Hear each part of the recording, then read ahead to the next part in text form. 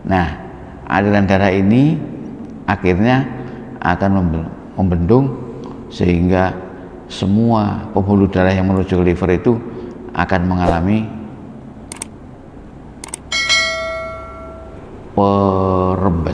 merembas. Jadi cairannya merebes ya. Nah, disinilah maka cairan itu akan masuk ke rongga perut sehingga perutnya menjadi membesar.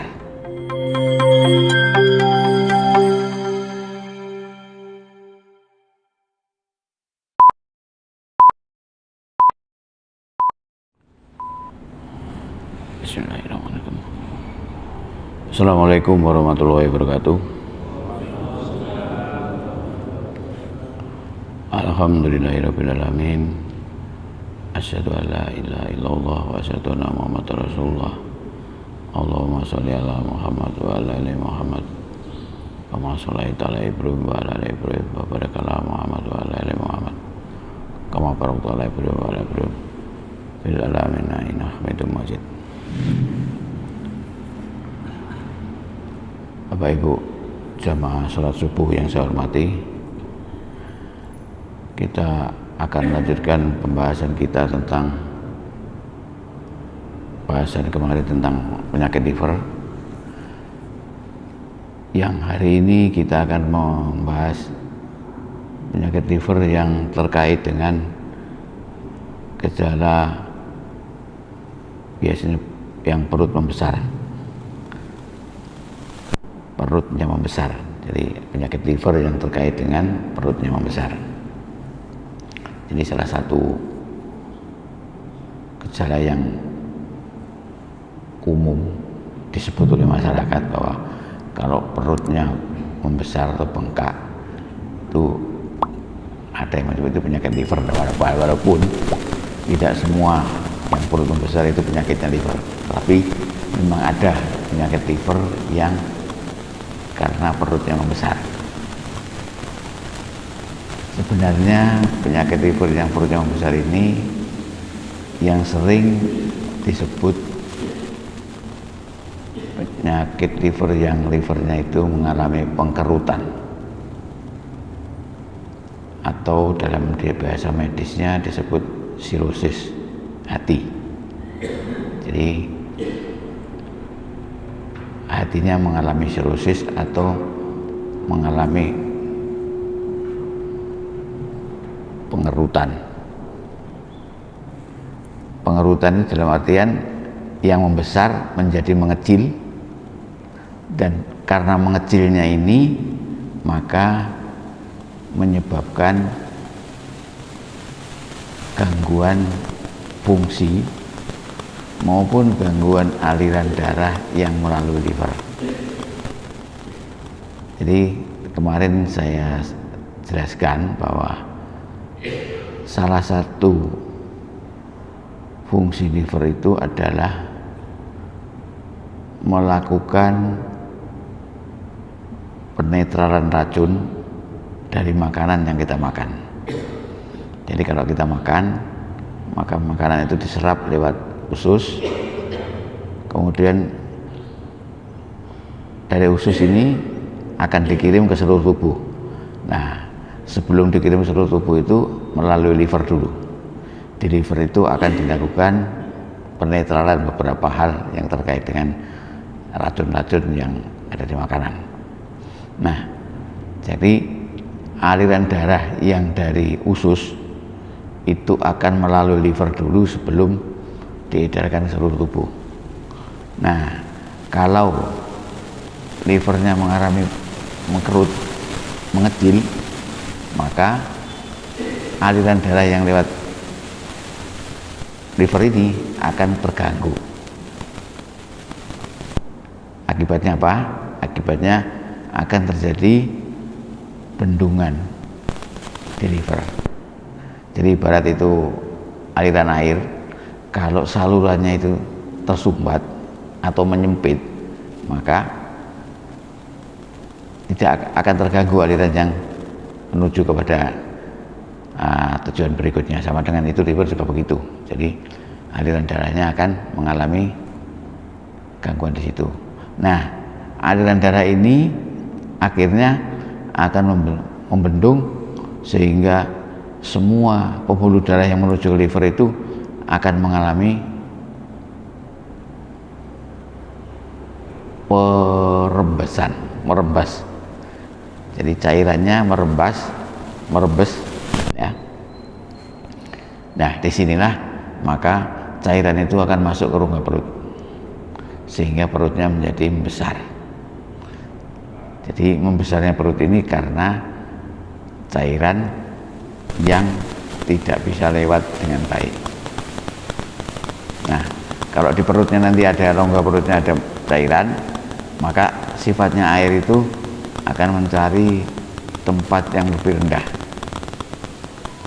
Nah, maka termasuk kakinya akan menjadi bengkak juga.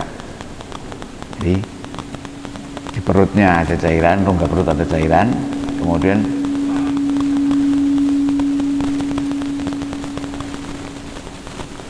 kakinya juga menjadi bengkak, maka terjadilah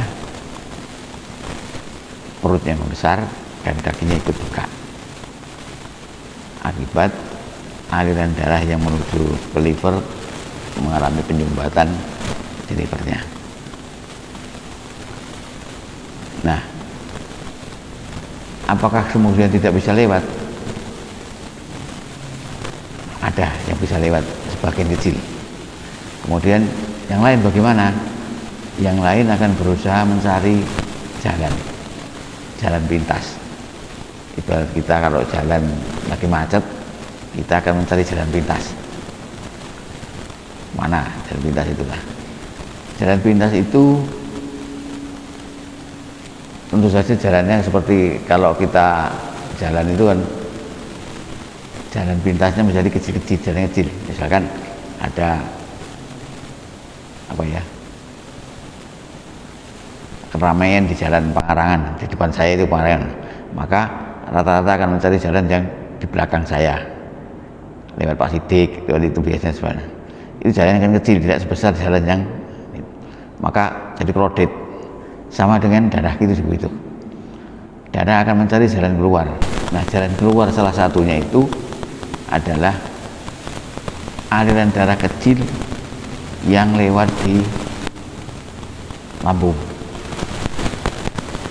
Jadi aliran darahnya saat lewat liver ini lain akhirnya menjadi daerah lambung dan daerah limfa. Bukan limpa ya, kalau limpa itu kalau kata orang sini itu paru, tapi limfa itu memang kelenjar limfa ada yang di perut di bagian kiri, di sebelahnya lambung itu ada limpa. Nah, akan lewat situ dan lewat limpa dan lewat lambung. Nah, kalau lewat limpa, nanti limpanya akan membesar karena jadi penumpukan darah di situ.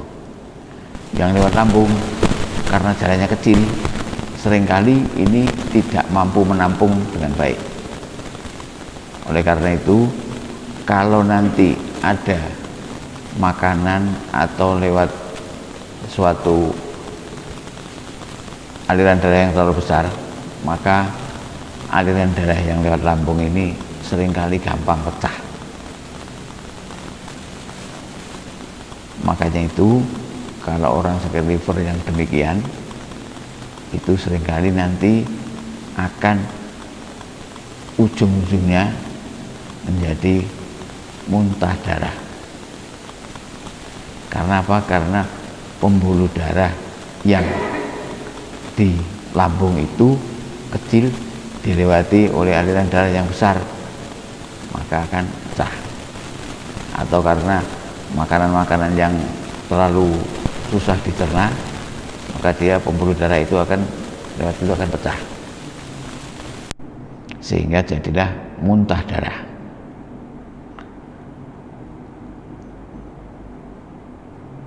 Nah, ada bedanya. Bagaimana muntah darah? Ada orang yang sakit paru juga muntah darah. Nah, kalau orang sakit paru muntah darah, itu biasanya darahnya keluarnya segar, darah merah segar. Tapi kalau yang lewat lambung ini, yang pecahnya di lambung, maka darah yang keluar akan menjadi kehitaman karena bercampur dengan asam lambung darahnya. Maka dia akan seringkali muntah dengan bungkol-bungkol itu, hitam bungkol-bungkol, itu karena kemudian karena lambung itu fungsinya juga makanan, maka ada nanti darah yang akan keluar lewat terus lanjut ke usus, dari lambung ke usus, nanti keluar sebagai kotorannya itu biasanya juga berwarna hitam, mirip-mirip dengan petis udang itu, hitam itu. Jadi mereka muntah darah hitam dan mereka juga berak darah juga hitam. Itu akibat pembuluh darah yang di lambung itu mengalami pecah. Jadi kalau ada orang ngomong itu livernya pecah, sebenarnya patient livernya bukan pecah. Yang pecah itu pembuluh darah yang ada di lambung yang pecah, sehingga darahnya bercampur dengan asam lambung, warnanya jadi kehitaman, tidak merah lagi. Itu liver yang seringkali kalau sudah begitu maka akan sering tambah darah dan sebagainya. Livernya semakin lama semakin fungsinya semakin menurun. Karena apa? Karena mengkerut tadi. Nah, bagaimana kejadian mengkerut itu? Diantaranya sebelum terjadi, sebenarnya kalau liver sudah mengkerut itu merupakan akhir perjalanan penyakit sebenarnya. Sebelumnya itu ada penyakit-penyakit yang mendahuluinya. Yang seringkali penyakit-penyakit yang mendahului itu adalah akibat misalkan infeksi virus yang kronis. Infeksi virus yang kronis itu bisa menyebabkan liver itu mengalami sel-selnya mengalami rusak. Kalau sel-selnya rusak maka akan mengkerut.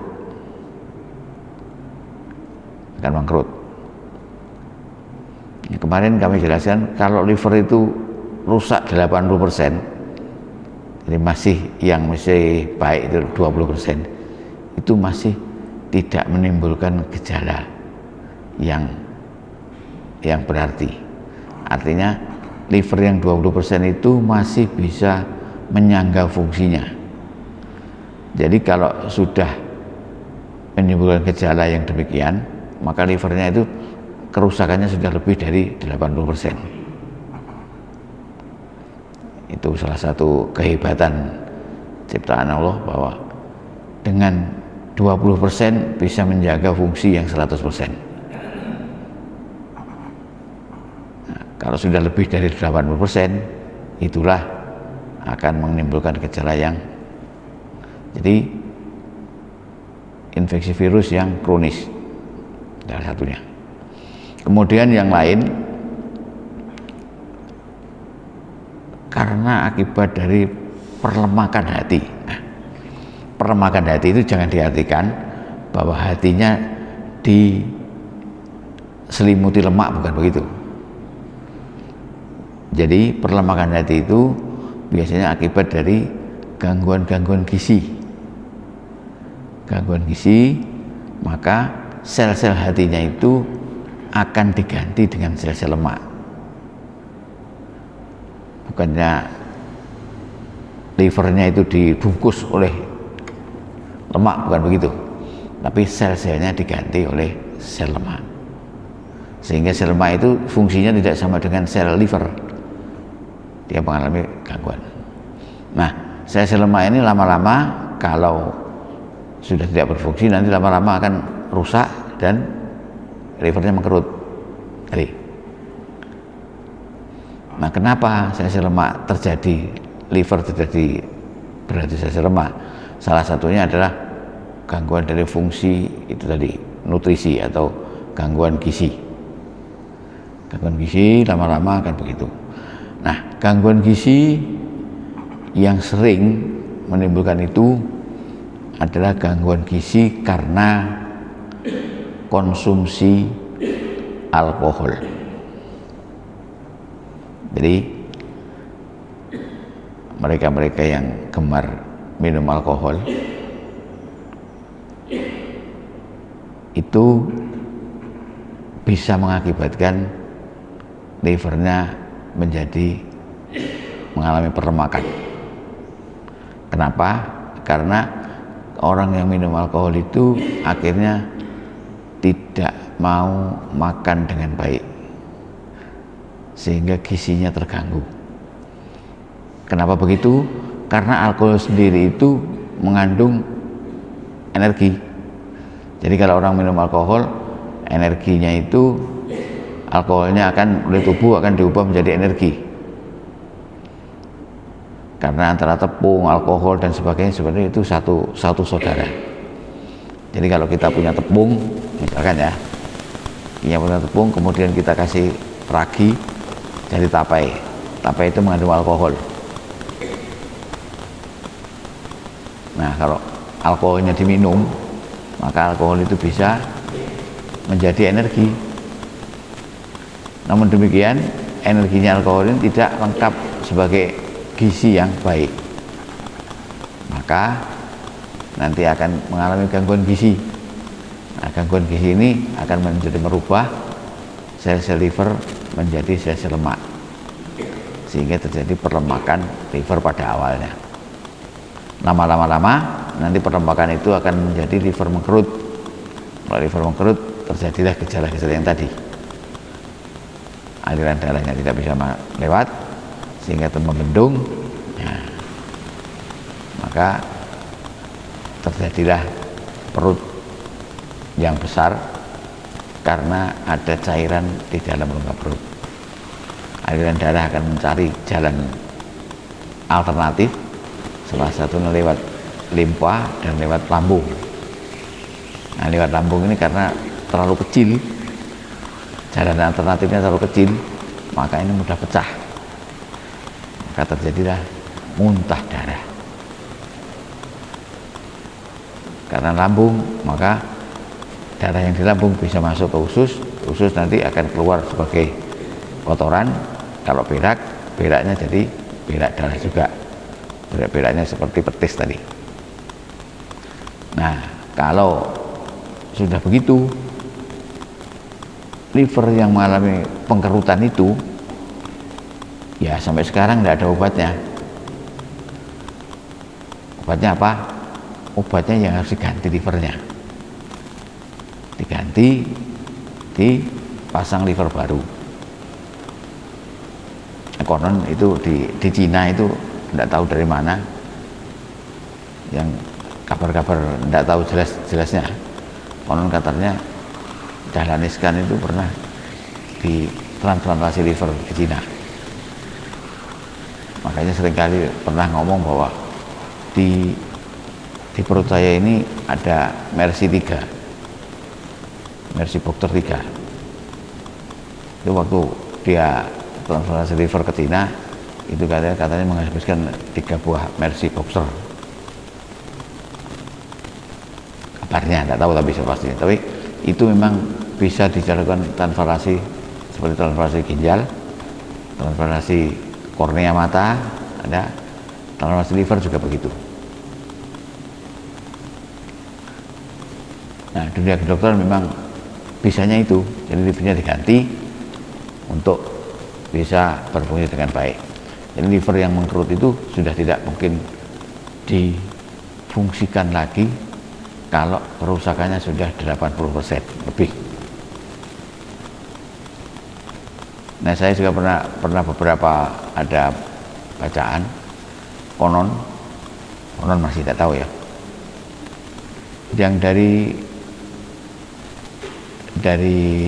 bukan manusia itu ada organ hewan yang masih kemungkinan ya bisa digantikan ke organ manusia yang dari hewan. Ada hewan itu apa? Konon katanya hewan itu adalah babi. Kalau babi itu katanya banyak kecocokan dengan manusia, walau alam, tapi itu ada beberapa yang pernah menyampaikan seperti itu. Tapi sampai sekarang belum pernah ada percobaan itu. Jadi itulah kira-kira yang namanya penyakit liver yang biasanya perutnya membesar. Seringkali masyarakat kita ngomong bahwa perutnya besar itu sakit liver, tapi belum tentu.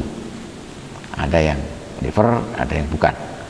Tapi kebanyakan yang liver karena pengkerutan tadi bisa menyebabkan perutnya besar dan kakinya juga bengkak karena akibat air yang di dalam rongga perut mencari tempat yang rendah, maka salah satunya itu akan ke kedua kaki kita. Jadi kakinya membengkak dan perutnya membesar, yang ujung-ujungnya nanti akan gejalanya akan timbul adalah muntah darah dan berak darah tadi. Jadi sekali lagi, kalau muntah darah bukan livernya pecah, tapi sebenarnya jalan pembuluh darah alternatif itu yang tidak mampu menampung darah yang dari usus itu, yaitu di lambung, dan itu akan pecah karena tidak mampu menampungnya. Nah, gambarannya begitu kira-kira penyakit liver yang terkait dengan gejalanya perutnya membesar tadi seperti itu, dan muntah darah juga begitu. Mungkin ada satu dua hal yang ingin diketahui, mau dipersilahkan kalau ingin tanya.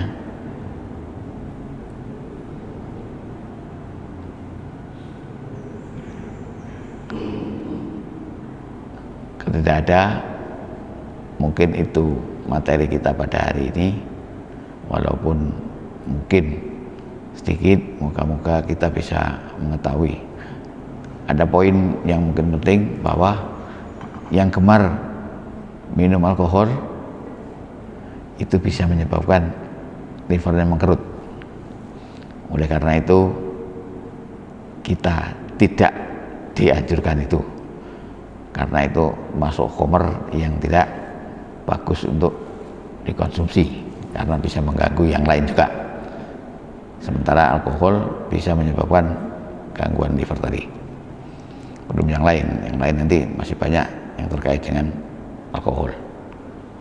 Demikian yang bisa disampaikan, semoga bermanfaat, membuat kita akan lebih memilih jalan yang sehat sehingga kita tetap sehat, karena sehat merupakan upaya yang harus kita lakukan, karena menyehatkan badan kita itu sebagian dari syukur kita bahwa kita diberi karunia badan yang baik, kita pelihara. Demikian yang bisa disampaikan, semoga bermanfaat. Kurang lebihnya mohon maaf. Kita akhiri. Assalamualaikum warahmatullahi wabarakatuh.